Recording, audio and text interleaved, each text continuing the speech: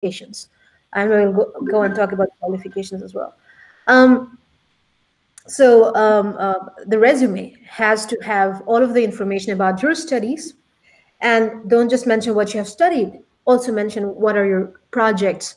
Have you done any voluntary work? Have you participated in groups? Have you led any projects, etc.?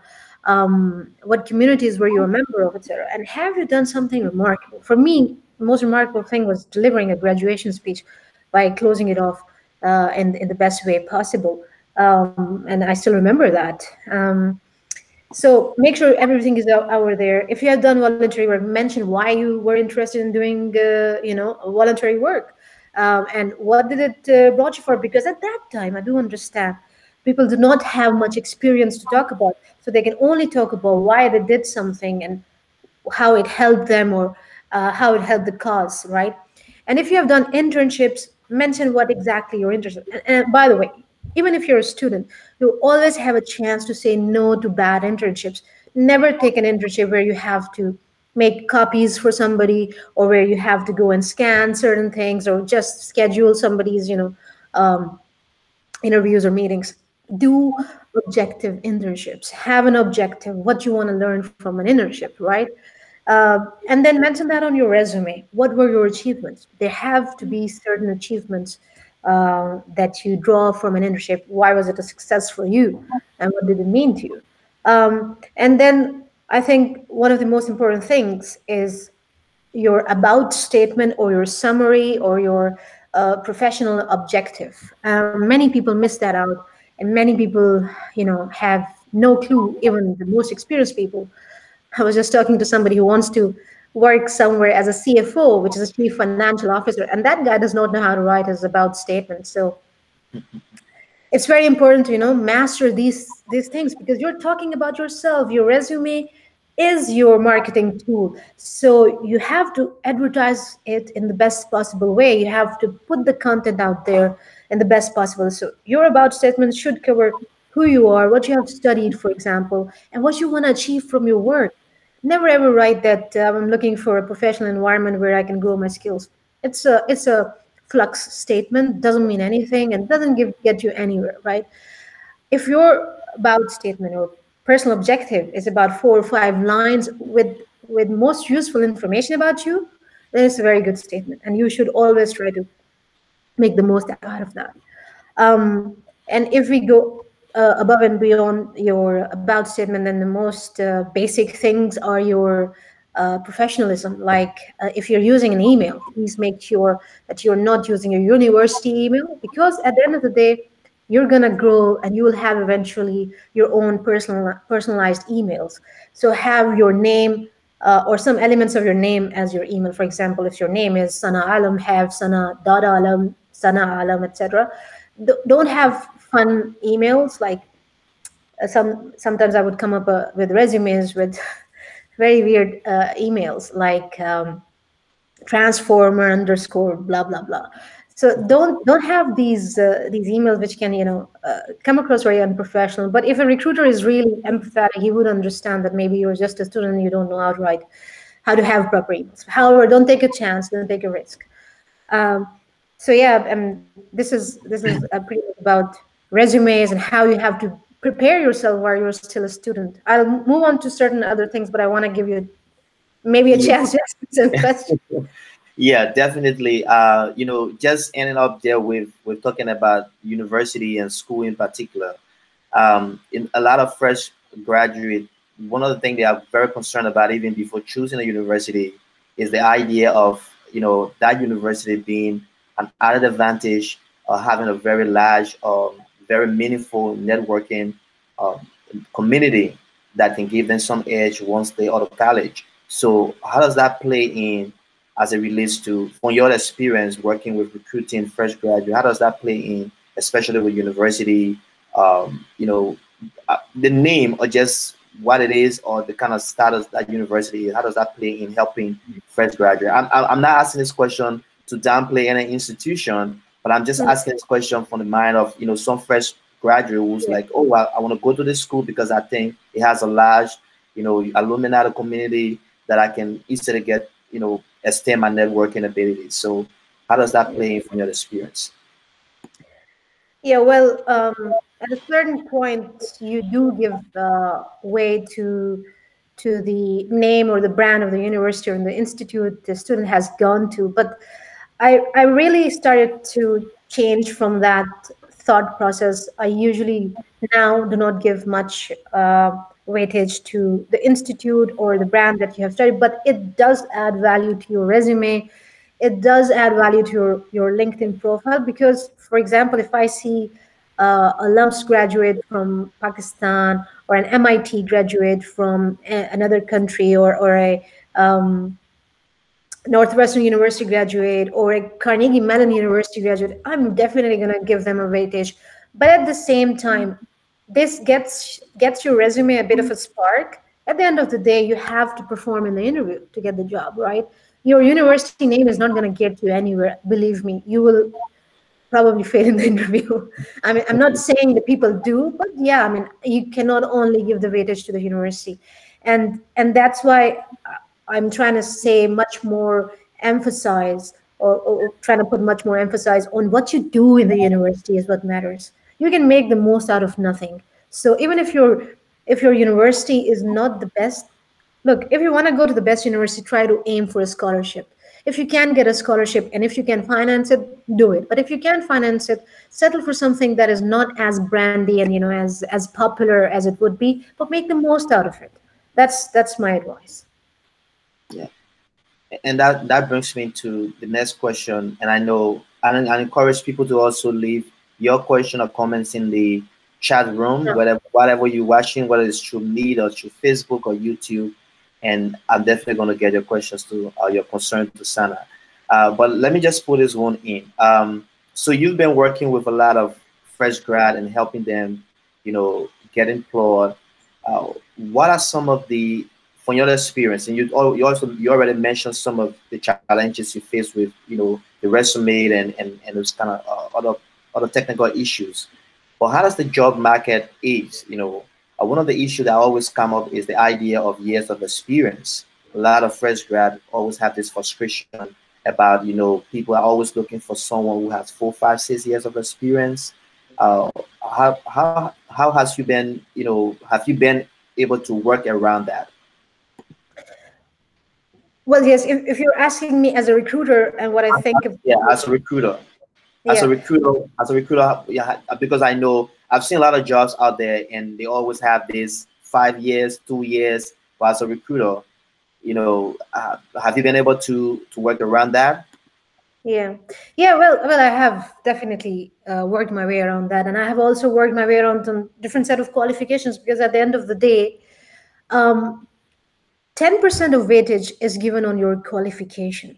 Yeah, 20% of weightage is, I mean, I'm talking about numbers, but these numbers are through some surveys. 20% of weightage is given to your experience, and 70% is all about your soft skills, like how will you behave in a different culture, how will you cope with the teamwork, what are your communication skills, what's your body language when you go for an interview, etc., and how articulate you are in expressing your thoughts. Believe me, I've come across some fresh grads with remarkable articulation skills. The way they speak, you want to know what you want to listen to them forever, right?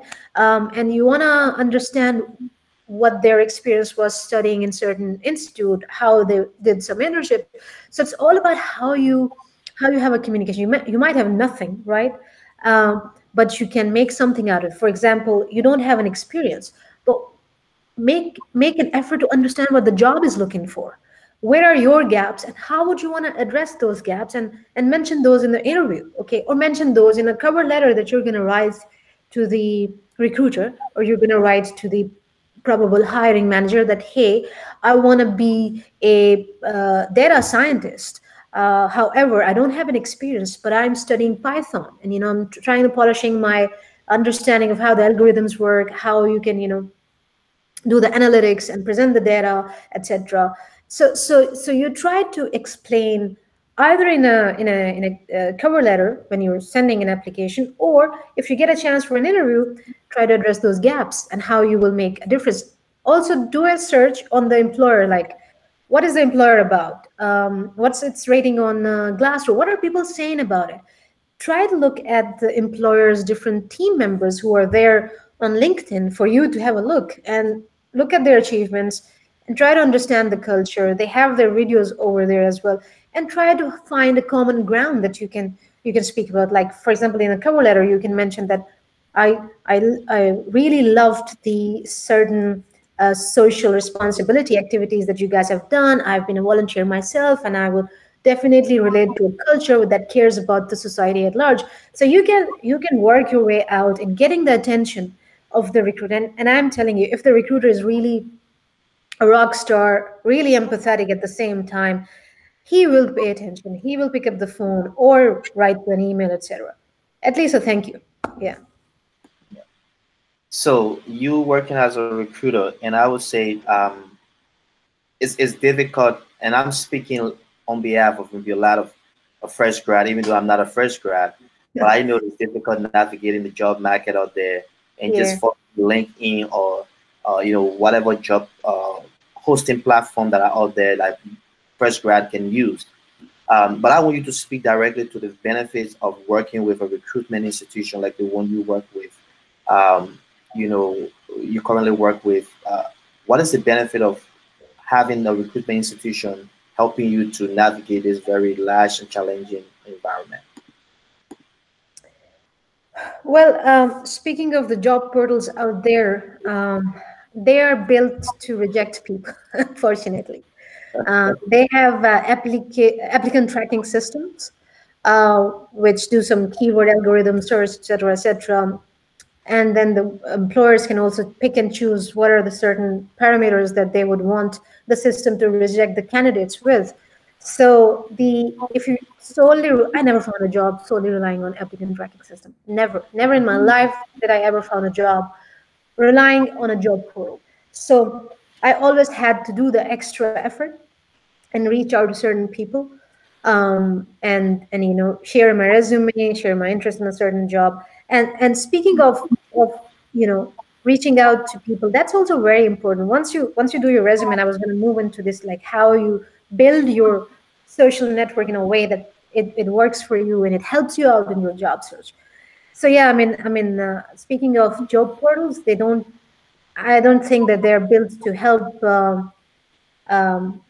job seekers getting an advantage, but they're only there to help, the top cream. But sometimes you have to dig deep and find the true talent, because most of the people, they don't know how to build a resume, right? They don't know how to write their own resumes. They might have certain skills, but if you're solely relying on job portals, not going to work. I always advise to reach out. If you see a job posting somewhere, find out who is in that company, how you are connected, and how you can build leverage out of that connection, right? So yeah, I was going to move on to that afterwards, but yeah, I would never solely rely on job portals. So obviously, you just touched a very important point, and we obviously we cannot leave without you talking about that. And it has to do with networking. And I think what you talk about has to do with networking, how you can reach out to people out there within the company, or reaching out and just having your. But here is the thing: one of the challenge that people face is that many challenges out there, but just one of them is just networking.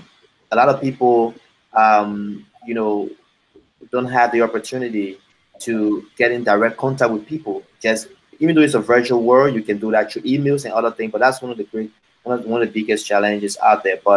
Uh, but I think working with a recruitment institution might help to navigate that, right? um you mean the job seekers working with a recruitment institute? Yeah, yeah. Yeah, I mean, definitely. Why not? I mean, if they can find a certain way to work for that job portal organization, then why not? My first job was in a job portal in Pakistan. It was Pakistan's number one job site. It's called Rosie.pk. And I did not got that opportunity by applying. I was applying before that for 2 to 3 months, and I got very frustrated. And one of my friends just shared my resume, and I got invited for an interview. And then, of course, I had to pass my interview to get the job. So yeah, and working with that job portal helped me understand how things work out, how the CV scanner program scans the CVs and the words, etc. And when a recruiter runs a search, he uses certain keywords, certain features, and certain parameters, and then based out of that, thousands of resumes can pop up, or literally only 100 resumes will pop up. So yeah, it made me understand how crucial and important it is to read the job description, make sure you have certain words that are on the job description as keywords on your resume, but of course you have to use them smartly. You cannot just make things up, right? So how important is what I would call testing? There's some jobs who just have, maybe when it comes to employment procedure, they just have interview. They don't have an exam or anything, beside the interview. But how Hmm. important it is that fresh grad be prepared for whatever job processes that is ahead of them. Well, it depends on the recruitment process. Every organization has a different recruitment process, and for certain job they will do testing. For certain job they will even have assessment centers. But for some jobs they will not have testing. They will only have interviews. Yeah. So it depends. It cannot be. I cannot predict like what an employer is going to be. But you should be ready for everything. For example, if you apply for a job, you should be ready for an interview. That an interview might come up, and then you should be expecting that they might ask you to do a presentation, or they might ask you to take a test, right? Um, Now certain companies are also doing, not now, like they have been doing for decades, psychometric testing, and it does help them in finding the talent. But this is something of a debate, that should they only rely on psychometric testing and based out of that reject candidates and not even have their interviews.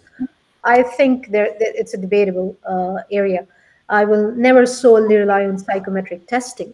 You also have to interview and see people, who reached at least the testing part. So see why you want to reject and why this doesn't want to reject them, and interview them and try to have a a testing like, yes, this candidate was rejected by psychometric testing, and yes, I'm also rejecting it out of the interview.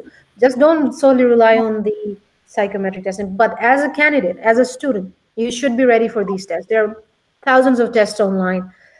If you're going for consulting company, McKinsey Jones, for example, there's so many tests online that you can do practice with, right? Analytical skills, logical skills, they're so important. Even if you're not going to such organization, do them. Take those tests and improve your skills. It's so important. It's so important to have logical skills. It's so important to have analytical skills. Maths is life skill. You must have these skills. And uh, try to brush up your emotional intelligence. There are so many companies that are asking emotional intelligence questions like, how would you proceed to a behavioral situation, right? Yeah, so polish up your skills, be ready for tests, and if you're studying something that is like mechatronics, for example, or engineering, you will be tested. There will be certain tests, codility tests, blah blah blah, so many ways, hacker rank, etc. They will test you eventually, so be ready for those. Yeah. So that is not unrealistic for any fresh grad. And I've heard some fresh grad who feels frustrated after going through an interview, a job procedure, and they always have first, second, third test, and they have a lot of different testing and interviews and over, and they're like, wow, this is taking so long. But like you said, they should be ready for just whatever it is out there and getting themselves prepared. Um, we haven't had questions from out there yet, but we're still going to continue. One of the Mhm. issues that I thought about before this discussion was that when we talk about getting employed, we're talking mostly now about how people can get employed with a third party, but are there also opportunity for self-employment out there? Sorry, could you repeat because I didn't catch the last part? Are there opportunities for self-employment where fresh grad can explore their talents and their knowledge and skills and have have self-employed themselves? Yeah, I mean, it depends. Like, what are your interests and how you can make something out of it. Like, you can be good at something. For example, maybe Maybe you're good at calligraphy. It's your hobby, but you're very good at that, right? And the people have given you a lot of admiration for that. But you're still a student, right?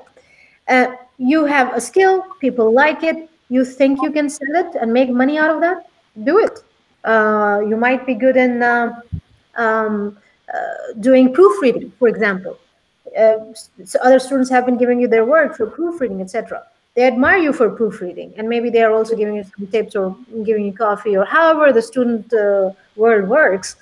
You think you're good at proofreading, people admire that skill. Can you make money out of that? You can get yourself self-employed, and there are many platforms where you can become self-employed. There's Upwork, which is an international freelance portal, and then there's, I think, some local portals in every country. So you can literally use an opportunity to become self-employed out of those hobbies. But if you're really serious about something and you want to start it from scratch, think how you can do it. Can you bootstrap it? What are the things required to do it? What are the legalities, etc., etc.? And then see, can you do a bootstrap? Can you raise funds? Can someone be an investor at the beginning? So these are the things that the student can answer. And yes, you can be an entrepreneur at any age. For me, I think the most important age is the student age. You should really polish your skills up, really become ready for the work. And if someone is being your mentor at that time, or is giving you words of advice, make the most out of that. Don't waste any opportunity where you can benefit from someone else's knowledge. Yeah, yeah. Uh, Talking about mentorship, have you had mentorship experience, mentoring in fresh grad? Well, as a student, I really didn't have like a direct mentorship program with anybody. Like I didn't choose anybody to be my mentor. Um, but there was a certain teacher who was really keen on brushing up the skills and becoming ready uh, for the work environment. And I still remember how he addressed my body language. I used to stretch my shoulders a lot. I'm saying something, but I used to stretch. I thought it was cool, to be honest. And he asked me to go and video myself and answer a few questions that the other person was asking. And I was doing all the time my, shrugging my shoulders. When he saw the video, he played it before I entered the classroom, which was full of students, and he played it with them and probably told them something about it. And when I entered afterwards and he played it with my presence, everybody started laughing, and I was like, "What's going on?" And he said that while you're speaking, you're shrugging your shoulders. It's a negative body language. You're saying something which is probably true, but when you shrug your shoulders, it's like you're not sure about something. So I still remember him. I still remember certain things that he told us, and I think he was kind of like a mentor. So yeah, I learned a lot of things from him. So uh, yeah, I mean, you don't have to like go officially to someone to be your coach, be your mentor. You can just follow someone and respect it. And have you had the opportunity to also mentor someone? Well, I have helped certain people. I will not call it mentorship. I don't consider myself as a mentor, but yeah, I do help people out. I love it, and the thing that drives me to do that is the satisfaction on their part and the happiness. And if I can make a tiny bit of difference in someone's life, then I would definitely help people out. Okay. So obviously, you've been working with some of them for some time now, and I know they have been successful. Um, but what are some of the jobs out there that you, while working with them, you've seen out there? Like, is it short-term contract? It's direct employment? What do fresh grad expect to see out there? Well, there are many different kinds of jobs out there, so I can't narrow it down. But there are certain popular jobs. I mean, technology is becoming very very uh, popular for the past 5 years or more, and the tech space is getting a lot of attention. And I would say that there is a huge shortage of talent in the tech world. There is a shortage of software engineers. There's a shortage of DevOps. There are so many new jobs coming up that people have not even studied for, or people don't have any experience for. For example, the Agile coach or such programs are relatively new. So you can't really tell people what to study and what to become later on because things are changing very, very fast.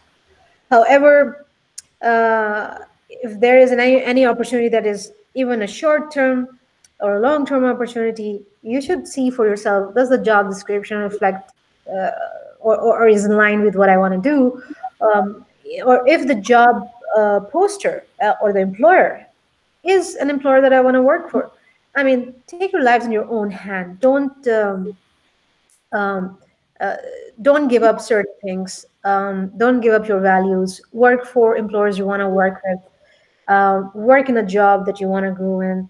Or even if you are not sure, start at something so that eventually you will understand, oh, this is not what I want to do. I don't want to work in sales. I want to work in finance. Or I don't want to work in finance. I want to work in marketing. Or I want to be creative. Or I want to do coding, etc. So there's somebody that I hired from my previous employer. His qualification was pharmaceutical, like medicine, and the guy is a security engineer now. So yeah, you can switch your careers. It's not easy. So I would always advise to be prepared for what you want to choose as your career in your student life. So we kind of wrapping up now. For those of you who've been following us, we say thank you. But Sana is going to give a last word. And saying a last word for fresh grad, you want to let them know and encourage them. Some of them who have been applying, and maybe are at the verge of giving up. Yeah. Well, I would say never ever give up. There was a saying that I heard while I was running my business, and I read it somewhere on the article. It said, "Some will, some won't. So what? Uh, so what? Move on." Like, if somebody has rejected you, or if somebody is not picking up your call or answering your email, so what? Move on. Find someone else. There are thousands of employers. Thousands of employers. There are thousands of recruiters who want to speak to you. There's thousands of founders who want fresh blood in their organization. So never ever, I would never say to anyone to give up. Whenever somebody asks you to define a job, always say not yet.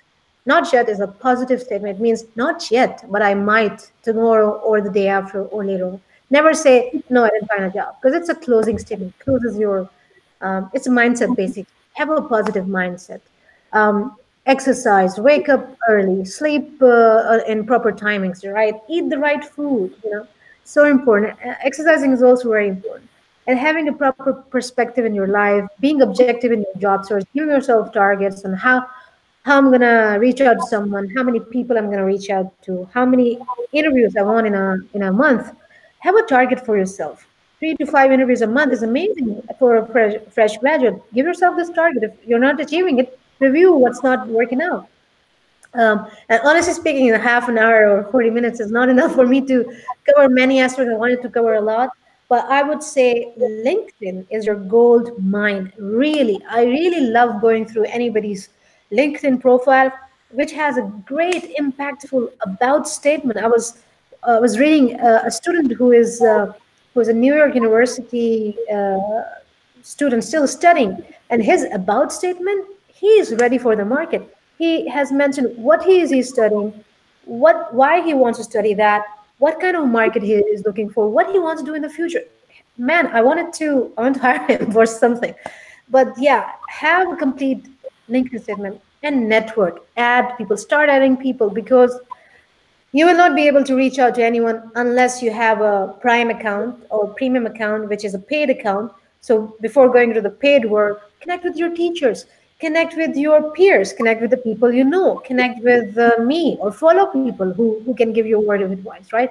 Build up your connection. If you see a job, connect the person who posted it, or go to that company, find certain people that you might think, oh, I want to learn from this people, let's see what this guy is doing or his profile is.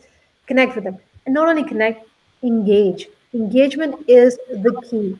People like to work with people like to help people that they like. This is a psychology. Unfortunately, it is true. So engage with people as much as is possible. When you send a connection request, have a proper message. Like, if you're connecting to your professor, we can mention, hey, I'm a student also in this university, would love to learn from you, and maybe it's useful to connect with you, etc. Something like on those lines. Be objective in whatever you're doing.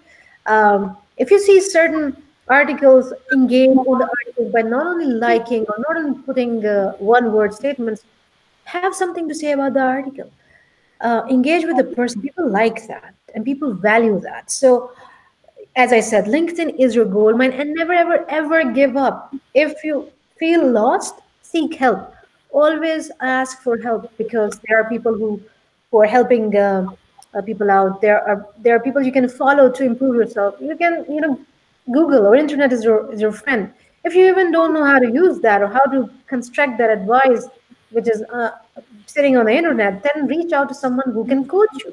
Job search is something that people get training on. Job search is a strategy that you have to build, and it's a long-term strategy, because you're going to work for probably 30, 25, or 30 years of your life, or even more. Maybe you will have your own work. Even for that, you have to build yourself on the internet. Yeah, definitely you have to build yourself on the internet. That's the global community now, and that's the language that everyone speaks. Yes. So, Sana said it right. You have to get yourself so familiar with it, the various platforms, the various portals, networking. The internet has a lot of distraction, as you know, but you have to get there looking for those ones that are very meaningful to you. That's how I got in touch with Sana, and she's as far as what in Qatar, right? Dubai. And Uh, what's your country, Gramandi? I forgot about it. Liberia? Yeah, so I'm from Liberia. I'm Oh, from yes. Liberia, but I'm studying here in the U.S. So you can see how we got connected, and that was through LinkedIn, and that's exactly what she's saying now is get familiar with the platform. I'm ideally not looking for the job right now, but I'm studying. But yet and still, I always go to LinkedIn and get connections with people that I feel that we have some similarities in my interest and area that I want to explore after graduation. So it's all about keeping your network, like she said, keeping that connection, the touch burning until you can get ready or while you are ready. So it's very important. I just like those words that you said, Sana. Sorry, you wanted me to say something? No, I just like your last statement.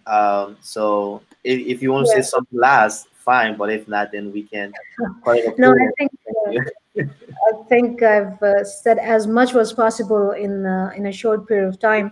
I wanted to touch the uh, topic of interviews, but I think it's not fair to cover in a small period of time, because yeah, it takes a lot of effort on a person's own person's part, that they how prepared they are, how serious they are about their life, because you have to become self-dependent, and you have to become independent, financially independent, career-wise independent, right? So so that you can help yourself, and eventually if somebody else needs help, you can help them as well. Yeah, so strive for your future, strive for your best interest, and that's pretty much it. Thank you so much, Sana, for joining. And we will also have her again, and maybe we can talk about interviews because that's very important. A lot of people will get very nervous and when it comes to interview, and I think from her experience and her encouragement, you can learn a lot from that. So thanks once more, Sana, for joining us, and we hope to have you sometime very soon. Thank you so much, Garmani, for having me, and hope to join you again soon. Okay. And thanks to all for turning on and listening and watching. You can also find this. It will be available on all uh, uh, podcast platform out there, iTunes, Google, and you can listen to it while driving or while doing your work. If you cannot watch this version, if you want to watch it again, you can visit Facebook at Gladden Facebook page, or you can visit YouTube at Gladden Podcast. And you can also go back to Mid, and has been recorded. It will also be there, and you can watch it and just learn a lot from Sana, who has given us so much in just a very short time. Thank you for listening, and thank you for watching.